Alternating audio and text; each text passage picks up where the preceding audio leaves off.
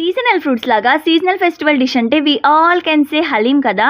ఈ డిష్ని రంజాన్ మంత్లో మాత్రమే రెస్టారెంట్స్ ఆర్ హోటల్స్ ముందు చేయడం చూస్తాము. కానీ ఎప్పుడు నేనైతే హలీంని రెస్టారెంట్లో టేస్ట్ చేయలేదు. ఎందుకంటే మా అమ్మే మాకు పెద్ద షెఫ్, తనే అన్నీ చేసి పెడుతుంది.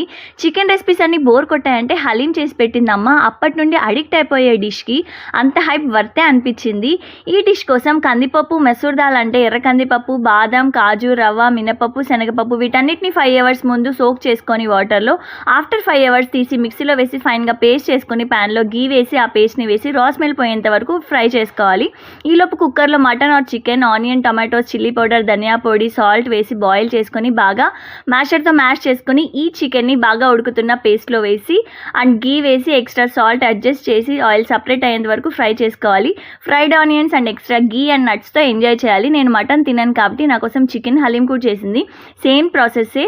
రంజాన్ కోసం వెయిట్ చేయకుండా మీరే ట్రై చేసి ఎలా ఉందో